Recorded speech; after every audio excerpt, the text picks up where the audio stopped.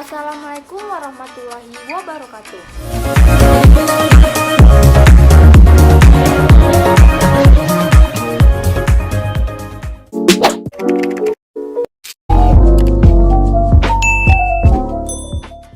Perkenalkan, nama saya Firna Diviari Marsa dari kelas 12 MIPA 1 SMA 1 Rengat Barat. Nah, di video kali ini saya akan menjelaskan materi tentang pembelahan sel pada mata pelajaran biologi. Pembelahan sel adalah peristiwa atau suatu proses di mana sebuah sel induk yang membagi menjadi dua atau lebih sel anak dengan cara membelah diri menjadi sel baru, baik pada organisme uniseluler maupun multiseluler. Pembelahan sel pada organisme uniseluler atau bersel tunggal merupakan cara bagi organisme tersebut untuk melestarikan jenisnya. Contohnya makhluk hidup yang berkembang biak dengan cara membelah diri, diantaranya seperti protozoa, amoeba, dan lain-lain. Sementara itu, pembelahan sel pada organisme multiseluler atau bersel banyak menyebabkan pertumbuhan dan perkembangan organisme dengan menghasilkan sel-sel gamet yang bermanfaat untuk perkembangbiakan secara generatif. Pembelahan sel terjadi melalui tahap-tahap tertentu yang bertujuan untuk mengatur informasi genetik induk yang akan diturunkan kepada sel anakan. Tahap-tahap pembelahan sel tersebut dibagi menjadi 3 jenis, yaitu amitosis, mitosis, dan meiosis. Amitosis adalah reproduksi di mana sel membelah diri secara langsung tanpa melalui tahapan-tahapan pembelahan sel. Contohnya yaitu bakteri. Mitosis adalah reproduksi sel di mana sel melalui tahapan-tahapan yang teratur dengan menghasilkan sel anakan dengan materi genetik yang identik dari sel induk. Untuk meiosis adalah pembelahan sel anakan dengan jumlah kromosom setengah dari jumlah kromosom sel induk yang berlangsung pada jaringan organ reproduksi seksual sehingga menghasilkan sel gamet. Nah, di sini saya akan menjelaskan tahap-tahap pada pembelahan sel secara mitosis, mulai dari tahap profase hingga telofase, dengan menggunakan roti tawar dan mesis sebagai alat yang menentukan tahapan-tahapan yang terjadi pada pembelahan sel secara mitosis tersebut. Nah, berikut penjelasannya. Pembelahan sel secara mitosis terjadi pada sel-sel tubuh atau sel somatik makhluk hidup. Pada pembelahan ini dihasilkan sel anak yang mempunyai jumlah kromosom sama dengan kromosom sel induk. Pembelahan mitosis adalah tipe pembelahan sel yang menghasilkan dua sel anakan yang mempunyai karakter identik secara genetik dengan sel induk. Artinya, kedua sel anakan yang terbentuk mempunyai susunan genetika yang sama. Jumlah kromosom yang dimiliki oleh sel anakan adalah 2N atau diploid, yaitu sel-sel yang kromosomnya berpasangan. Pembelahan ini bertujuan mengganti atau memperbaiki jaringan tubuh yang sudah rusak dan mengalami pertumbuhan dengan memperbanyak sel, sehingga baik kuantitas dan kualitas yang bertambah. Pembelahan mitosis berlangsung secara bertahap, yaitu tahap interfase, profase, metafase, anafase, dan yang terakhir yaitu telofase. Berikut bahan-bahan yang digunakan untuk menentukan tahap-tahap pembelahan sel secara mitosis. Ada roti, mesis, mentega, dan juga selai.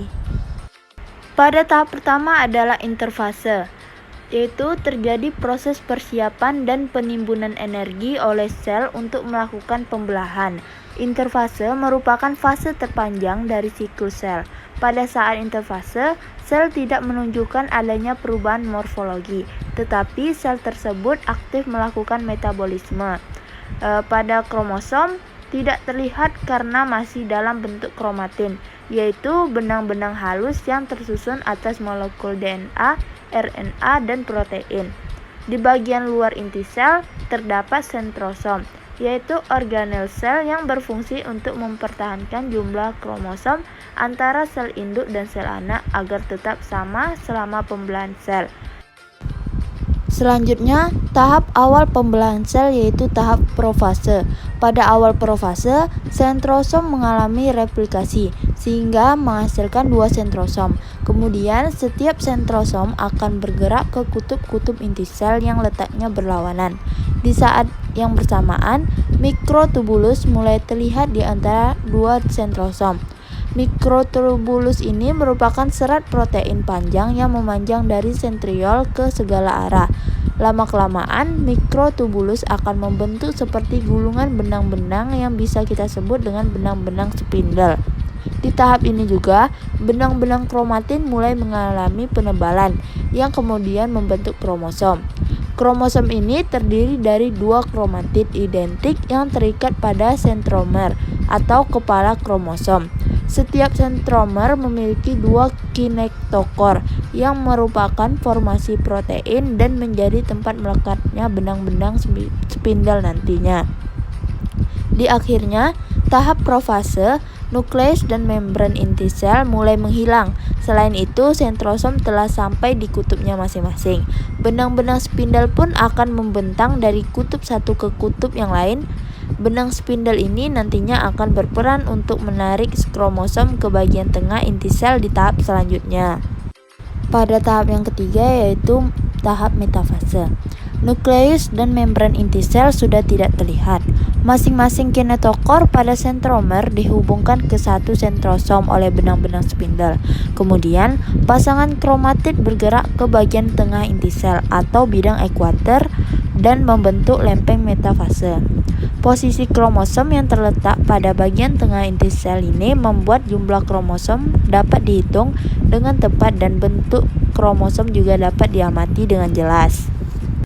Tahap yang keempat adalah tahap anafase yang ditandai dengan pemisahan kromatid dari bagian sentromer yang kemudian membentuk kromosom baru. Masing-masing kromosom ditarik oleh benang-benang spindle menuju kutub yang berlawanan. Jumlah kromosom yang menuju ke kutub yang satu akan sama dengan jumlah kromosom yang menuju ke kutub lainnya.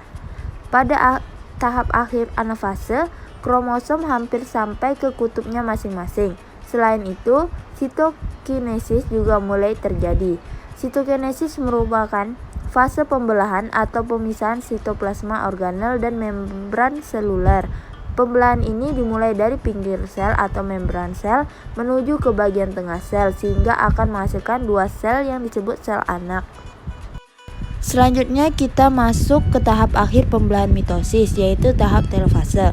Pada tahap ini, kromosom telah sampai di kutubnya masing-masing. Benang-benang spindle mulai menghilang dan membran inti sel juga mulai terbentuk di antara 2 kelompok kromosom yang terpisah. Kromosom semakin lama akan menipis dan berubah menjadi benang-benang kromatin kembali. Kumpulan kromatin membentuk anak inti, dan di luar anak inti terbentuk membran nukleus. Kemudian, sitokinesis telah selesai. Sel telah membelah dan menghasilkan 2 sel anak dengan kromosom diploid atau 2N. Nah, proses pembelahan mitosis ini secara keseluruhan maka akan seperti ini susunannya. Mulai dari tahap interfase, profase, metafase, anafase, dan yang terakhir yaitu telofase.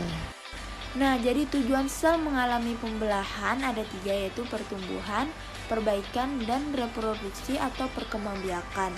Yang pertama yaitu pertumbuhan. Makhluk hidup dapat bertumbuh karena sel-sel di dalam tubuh yang bertambah banyak. Semakin banyak sel-sel di dalam tubuh makhluk hidup tersebut, maka semakin besar pula ukuran makhluk hidup itu. Yang kedua yaitu perbaikan. Pada perbaikan, ketika tubuh kita mengalami luka, setelah beberapa waktu, bagian tubuh yang terluka tersebut akan menutup lagi seperti semula. Bagian tubuh yang terluka tersebut sesungguhnya terjadi kerusakan jaringan. Nah, kerusakan jaringan tersebut pada bagian tubuh kita merupakan hasil dari proses pembelahan sel. Yang ketiga yaitu reproduksi atau perkembangbiakan. Makhluk hidup berkembang biak dengan cara beranak, bertelur, dan lain-lain, yaitu untuk melestarikan keturunannya. Baiklah, hanya ini yang dapat saya sampaikan mengenai penjelasan materi pembelahan sel secara mitosis. Lebih dan kurang saya mohon maaf. Wabillahi taufiq wal hidayah. Wassalamualaikum warahmatullahi wabarakatuh.